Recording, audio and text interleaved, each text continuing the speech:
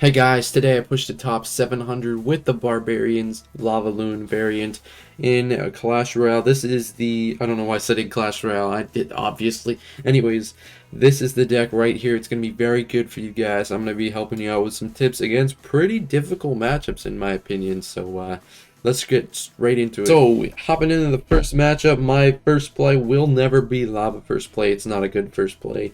And maybe some people do it, but that's just not my play style, and I don't think it's a great play. I'd like to play more defensive if I can, and especially when we see Heal Spirit, don't go Lava first play. However, if you do have a tombstone on the board like this, then don't be afraid to go Lava like that. As you can see, we're going Lava first play. It's actually not Lava first play, it's like Lava second play, but whatever. If you have a tombstone on the board, it's going to prevent you from getting punished as easily. And so here he goes with the Mother Witch. Mother Witch is one of my two cards that I fireball immediately. One of them is the Magic Archer and one of them is the Mother Witch. The Mother Witch is probably more fireball desperate because she could turn the tide of a game if you leave her on the board, and you want to try and match your cycle with his cycle.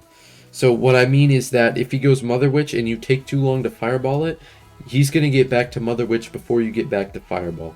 And as you can see, he decides to go offense, so he doesn't do anything to defend the Lavaloon push, so we just go Tombstone, and the Mega Minion does wrap up his offense, before we are able to lose a tower, which is really nice.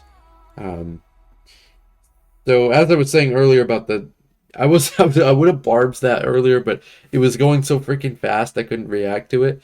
That's the bad thing about the Mother Witch, is that he has a much faster cycle than we do, so he is able to pretty much just place Mother Witches down faster. And so I wasn't going to fireball that Mother Witch because I thought it would be a bad idea, but then he placed the Golden Knight in front of it. I was like, oh, okay. It's probably best to fireball that now because it's good value. And so as you can see, we're going to go Lava onto his King Tower lane, and we are going to go Tombstone here so that he cannot Barb Barrel it. And then I realized he could still Barb Barrel it, which is a little annoying, but he takes tower. Okay, he spent a lot of elixir. Let's look at this real quick. Let's analyze this situation real quick. Okay, we lost the tower. This may look bad. We have a lava. We have 10 elixir on the board, and we are only down 4 elixir right now, or 3 elixir right now. So technically we're up 7 elixir, which is huge. So here we're just going to go with the balloon, and we're going to try and basically fireball bait. So here I'm going to get the fireball out, then we barbs, then we, I believe, fireball the Mother Witch, and just like that, it's game over. There's nothing you can do. And so that's a big part of this this whole deck, really, is going to be fireball baiting. Get those, I don't know, it depends. I was going to say get those skeleton dragons out so you can go barbs, but you're kind of just going to alternate which one. So like in that matchup, I wanted to use the barbs, so I used skeleton dragons so that he would fireball the skeleton dragons and then he couldn't kill the barbs. That's the whole goal there. And now we have a matchup versus Goblin Drill, which is a very annoying deck to beat. Luckily for us, he had Valkyrie instead of Skeleton King, which means we can actually win this matchup. Wow, that's crazy, bro. Also, he had Fireball, not Rocket. I'd rather face Fireball than Rocket, honestly. And so as you can see there, Mega Minion is probably my go-to on the Goblin Drill because he could just fireball the Skeleton Dragons. And as you can see here, Fireball was the best choice to wrap that up. Now we're just going to zap the Skarmy. Pretty easy defense right now. As you can see, we're playing defensive early. We're not going with any Lava Hounds yet. But you got to be a little careful. So, because, you know, with these matchups, it's really difficult because you think, oh, you can defend his push, and then I could go in with a Lava Hound. Well, that's really not the case with these cheap cycle decks, because you defend his push, and then you get a Lava down, and then he goes with the same push again because his cycle is so fast. So you need to be able to play really defensively, just pretty much over and over again. There's not really a good chance to go Lava Hound in single elixir, usually against these cheap type of cycle decks. pretty much the same thing. Zap it again. We're going to go with the tombstone here. We're actually going to go with Scully Drags as well. Um, we're taking a little bit of damage. We're down 1,000, but it could be way worse. Basically, you just want to stay alive until double elixir. It may sound hard, but just overly defend. Ugh. Why am I on it so much? Be careful and play as much defense as you can. As you can see here, the Mega Minion is going to wrap up the wall breakers because I placed it pretty early. If you place it late, that last wall breaker would get a hit. But now, as you can see, we are going to have a chance for our first lava of the day. And here, I want to go barbs because against Inferno decks, you cannot waste your zap. You need to have zap available. Because if you don't have your zap, you can't reset his Inferno Tower, and that means you can't break through at all. And so as you can see here, we're going to go Skeleton Dragons, and we're going to go zap on his Inferno Tower, because basically what happens here is now he can't defend the balloon, because we were able to get his Fireball out. And so that's why you need to save zap for offense. You can't use zap on defense unless you don't plan on going in with a lava push immediately. So here, as you can see, we are going to fireball the Valkyrie and the wall breakers to knock them back. And here, we're going to go with a balloon, I believe in the left corner, or actually, sorry, the right corner, because we're trying to take his King Tower. And now I know he only has fireball, and he can fireball all this stuff, but he's not going to be able to hit everything when we put the Skeleton Dragons down. So as you can see, we get 2 hits because of that wonderful zap. And we are going to get Death Bomb. And here it's just a game of how many fireballs can I get down. And so here we're going to go Mega Minion early, try and wrap up the Valkyrie. You know how it is. You know how it is. And then what's really nice about that is that the Tombstone actually stays alive for a little bit because we killed one of the wall breakers.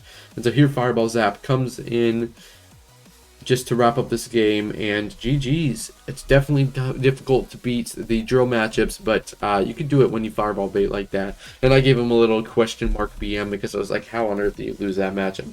Anyways, jumping into what I believe is E-Giant now.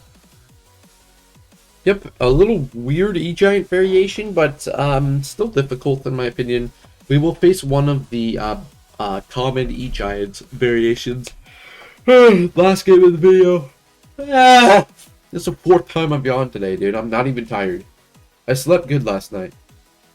I slept till 11, so it's kind of interesting. I don't know why I said kinda, but here we're going to go with the lava in the back.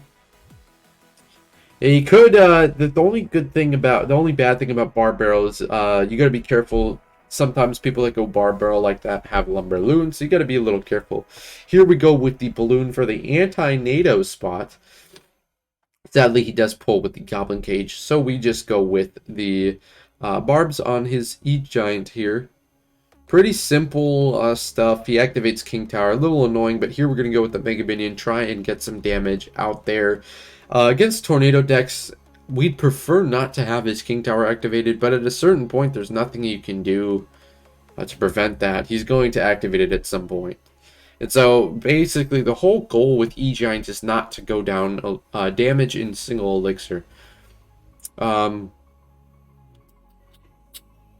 Especially when he has King Tower activated, there's really nothing you can do about getting a balloon to the tower in single. It's just not going to happen. You can defend it pretty easily. And so you just got to be playing as much defense as you can. And as you can see, I didn't go 7th yawn of the video. As you can see, I didn't go with the Tombstone of the Dark Prince because that would have been a bad play since I need Tombstone for his E-Giant. And so we fireballed the baby dragon there just to make sure we didn't take extra damage, and we also wrapped up the E-Giant earlier because of that fireball. Very good in my opinion. So as you can see, going with the lava after we wrap up his E-Giant so that he can't go E-Giant same lane like immediately. And so here we're just going to go with the Skeleton Dragons, try and get a lightning out of him, and then we're going to go with our balloon so now he can't lightning it, and we are going to Barbarians on top of his Dark Prince instead of using the Tombstone. And here we're going to fireball hitting the Goblin Brawler as well, and now we just have a massive freaking push on the board. And so basically we just go up in damage because of a very nice situation where we defended his E-Giant and applied enough pressure to make it so that he couldn't go with the E-Giant on defense. Because a really annoying play is when he goes E-Giant on defense. As you can see by that tombstone, we were able to do the tombstone on the Dark Prince because I played it such that the Dark Prince would not actually kill the tombstone. So it would stay alive, and probably that's what changed the game, in my opinion. The reason we won that game was because we were able to go in with this lava push right here without having to play another tombstone. And you're going to have to be careful. Another tip, I guess, against E-Giant is don't go with 2 tombstones on the same E-Giant.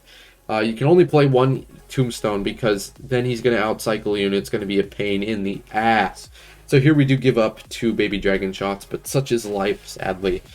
Baby dragon is a menace. So here we're going to go with another tombstone. It's kind of repetitive at that point, but we do go with the barbs as well, just to wrap up the Dark Prince. We're going to go skeleton dragons, pretty much just anything we can to make sure this E-Giant dies before reaching the tower. And I believe we do have to zap that Dark Prince as well so he doesn't get any damage. And we're going to fireball the Mega Minion just because that's tower damage. And at this point we're just like fighting for chip damage. And here I do go with the barbs. And then I back it up with the skeleton dragons so that the barbs stay alive and kind of help out a little bit. The best part about what's going on right now is that we don't need to worry about getting damage right now because we are in the damage lead. Probably the best part about this. Echoes of the what? Why is this playing? This better not be copyrighted, I swear to God. Okay, it's not. Thank you. Anyways, as you can see, we go with the lava just to chip damage. We're not going with any other support cards behind the lava like a balloon. We just need the chip damage.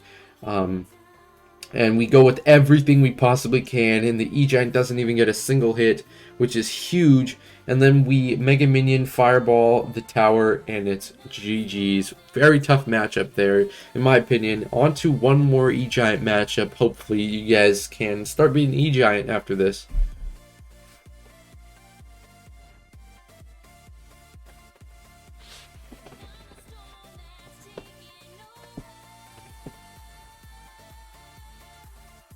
Alright guys, so CMG by Shanax. We hate CMG, haha. Oh god, good back crack, dude. Alright, so CMG by Shanax. Alright, I'm repositioning myself. We were able to beat this guy playing E-Giant Cycle, which is very nice. Because E-Giant Cycle is a god-awful matchup. So to be able to beat this is very, very lovely. It's just lovely. I love it. Alright, so Tombstone first play sadly does have the E-Giant, which is leading me more towards the just sit there and do nothing until I know what he's playing first play instead of Tombstone first play. But as you can see there, the Mega Minion and the Skeleton Dragons are really going to help out with the defense there. And we only take about 1,500 damage, which is very good considering, you know, we had a whole ass E-Giant push on our tower with no time to prepare for it. And so, as you can see, from the last E-Giant matchup, we only go lava when we know he can't go E-Giant because we just wrapped up his E-Giant push. And the Mother Witch had me a little confused here. We did use the anti-NATO spot, so we were able to ignore the cannon and the tornado, which is why it is huge to use the anti-NATO spot. I might cover it entirely in a video, but I feel like that would be a really short video. Anyways, as you can see, I'm gonna make him panic here. We zap to retarget the right tower onto my barbarians, and as you can see, look at his king tower now. He panicked and played 10 elixir on defense, all of which pretty much got eradicated. The Golden Knight is dead, the Bomber is not a threat, and a single lone Inferno Dragon is also not a threat. As you can see, we're in the elixir lead after Lavaloon Barbarian Zap. That is crazy to think about. And so here we're just going to go with the Skeleton Dragons as well to distract the Inferno Dragon and also make sure we wrap up his E-Giant. Ah! The 8th yawn of the video. Jesus, dude.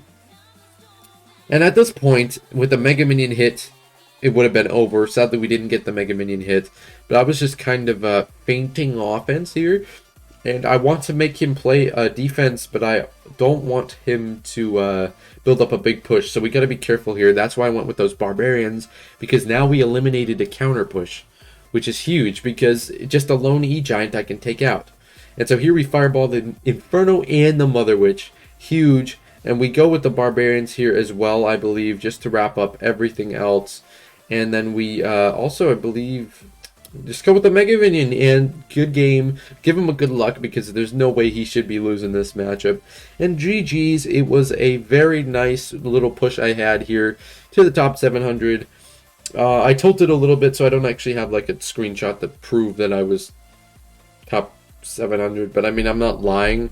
I hit 7,338, so GG's. I actually tilted a lot. We were just goofing around with cards at that point, but 7,338 2 days ago was top 700. So if you enjoyed the video, hit that like button, subscribe, comment, and I promise I'll get you better and more consistent content. Love you guys.